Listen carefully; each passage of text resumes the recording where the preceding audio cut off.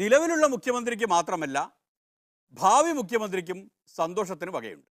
പക്ഷെ ഒരു കാര്യത്തിൽ എനിക്ക് ഇന്ന് കേരളത്തിലെ സമൂഹം ഒന്നടങ്കം അറിയേണ്ട ഒരു വാർത്ത ഇന്ന് വന്നിട്ടുണ്ട്. മാധ്യമങ്ങൾ BJPയെ ഒരു ദിവസം ബഹിഷ്കരിച്ചത്, അങ്ങനെ ബഹിഷ്കരിക്കുക എന്ന് പറഞ്ഞാൽ മാധ്യമങ്ങൾ ഒരിക്കലും ചെയ്യാൻ പാടില്ല. അങ്ങനെ പിന്നെ മാധ്യമങ്ങളുടെ നിലനിൽപ്പ് തന്നെ ഇല്ലാത്തൊരു കാര്യമാണ്. എവിടെയും അങ്ങനെ ചെയ്തായിട്ട് ഒരു രാഷ്ട്രീയ പാർട്ടിയെ അവർ മാറി നിൽക്കാം, അല്ലെങ്കിൽ അതിൽ പ്രതിഷേധിക്കാം, കറുത്ത വായ മൂടി കെട്ടിക്കൊണ്ടൊക്കെ പങ്കെടുക്കാം.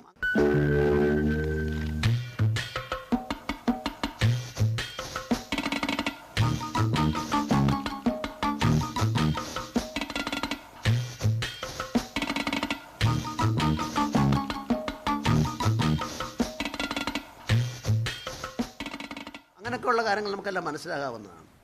പക്ഷേ CPM ഫ്രാക്ഷൻ കേരളത്തിൽ ശക്തമായതുകൊണ്ട്, മാധ്യമരംഗത്ത് ശക്തമായതുകൊണ്ട് അതിൻ്റെ നിലപാട് ഒരു ദിവസം BJPയെ ബഹിഷ്കരിക്കുന്നു എന്ന് പ്രഖ്യാപിച്ചുകൊണ്ടുള്ള സമീപനം പാസ്സാക്കി.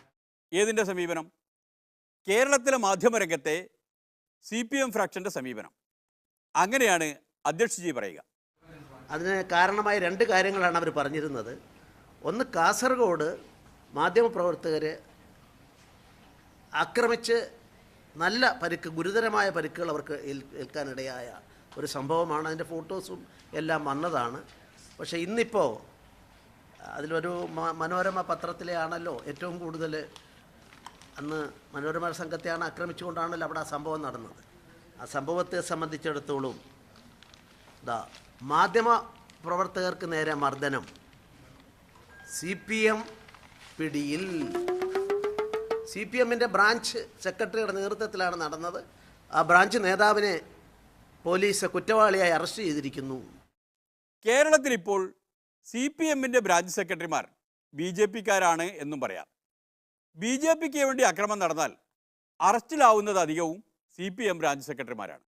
ഞങ്ങളോട് ചെയ്യാത്ത കുറ്റത്തിന് ഞങ്ങളെ പ്രതിക്കൂട്ടിലാക്കിയ കാസർകോട്ടെ സംഭവത്തിൽ മാധ്യമപ്രവർത്തകനെ സംബന്ധിച്ചിടത്തോളം മാധ്യമപ്രവർത്തകരുടെ ഏറ്റവും പ്രധാന സംഭവം അതാണ്. അല്ല, തിരുവനന്തപുരത്തെ സംഭവം മറന്നോ? തിരുവനന്തപുരത്തെ സംഭവം ഞാൻ കുറച്ച് കാണുന്നില്ല. പക്ഷേ തിരുവനന്തപുരത്തെ സംഭവം 2000 ആൾ പങ്കെടുക്കുന്ന ഒരു ജാഥ സമാധാനപരമായി വരുമ്പോൾ CPMൻ്റെ ഓഫീസിൻ്റെ മുകളിൽ നിന്നും, അവരുടെ സ്വാഗത സംഘ ഓഫീസിന് മുകളിൽ നിന്നും കല്ലെറിഞ്ഞിട്ട് അനീഷ് എന്ന് പറയുന്ന RSSൻ്റെ ജില്ലാ കാര്യവാഹന് തലപൊട്ടി ധാരാളം പരിക്കുകൾ ഏറ്റിട്ട് 4 സ്റ്റിച്ച് ഇടത്തക്കവണ്ണം പരിക്ക് പറ്റി. അത് കണ്ടപ്പോൾ പ്രവർത്തകന്മാർ മുകളിലേക്ക് അവരെ പിടിക്കാനായിട്ട് കയറുമ്പം പോലീസ് തടഞ്ഞു. അക്കൂട്ടത്തിൽ മാധ്യമ സുഹൃത്തുക്കളും ഉണ്ടായിരുന്നു. അങ്ങനെ മാധ്യമ സുഹൃത്തുക്കളായ ഒരാൾക്ക് മുഖത്തടിയേറ്റ സംഭവമുണ്ടായി. ഇതാണ് പണ്ട് ജോർജ് ബുഷ് പറഞ്ഞ കൊളാറ്ററൽ ഡാമേജ്. വലിയൊരു യുദ്ധം നടക്കുമ്പോൾ അടുത്തു നിൽക്കുന്നവർക്കും അടിയേൽക്കും. അപ്പം തന്നെ ഞങ്ങൾ അതിനെ അപലപിച്ചതാണ്. അതിൽ BJPക്കാരാണെങ്കിൽ തീർച്ചയായിട്ടും അവർ നടപടി എടുക്കുമെന്ന് വരെ നമ്മൾ ഉറപ്പ് കൊടുക്കുക. മറ്റൊരു സംഭവം, ആ സംഭവം ഒഴിച്ചു നിർത്തിയാൽ അതിൻ്റെ തൊട്ട് തലേദിവസ സംഭവമാണ് ഇതിൽ കാണുന്നത്. ഈ സംഭവത്തിൽ മാധ്യമപ്രവർത്തകർക്ക് മർദ്ദനം, CPM പ്രവർത്തകൻ അറസ്റ്റ് ചെയ്യപ്പെട്ട സംഭവം ഉണ്ടായപ്പോൾ കാസർഗോഡ് ആരാണ് അക്രമം സംഭവിച്ചത്? ഞാൻ അന്ന് തന്നെ പറഞ്ഞു CPM ആണെന്ന്.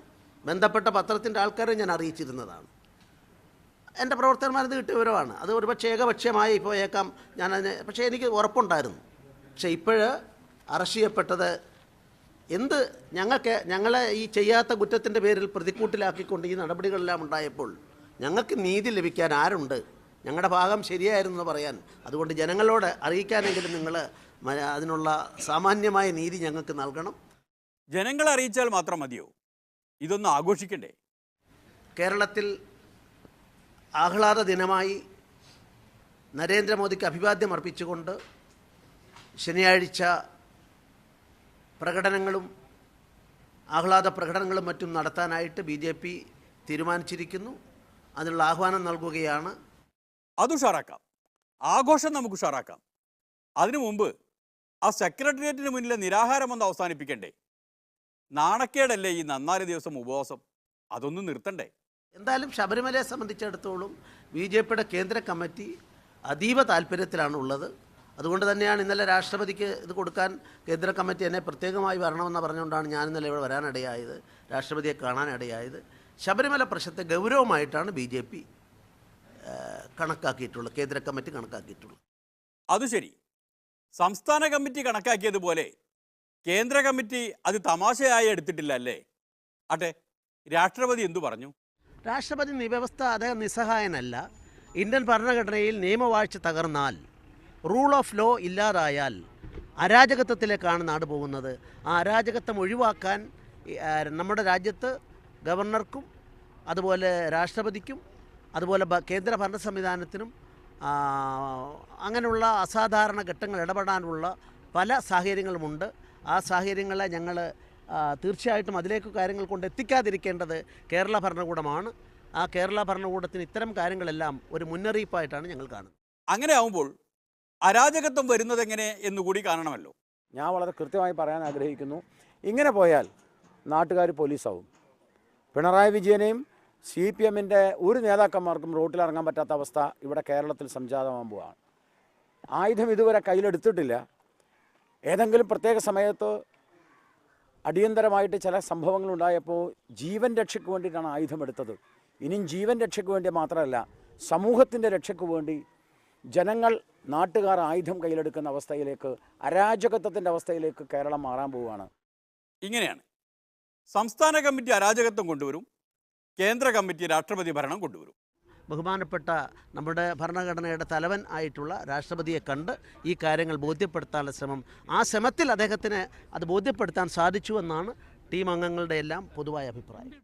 രണ്ടാം നവോത്ഥാനത്തിന് മറുപടി രണ്ടാം വിമോചന സമരം. രണ്ടു നല്ല നടക്കാത്ത സ്വപ്നങ്ങൾ. ഇനിയും സഹിക്കാൻ വയ്യ. പൊളിമിക്സ് പോവുകയാണ്. നന്ദി.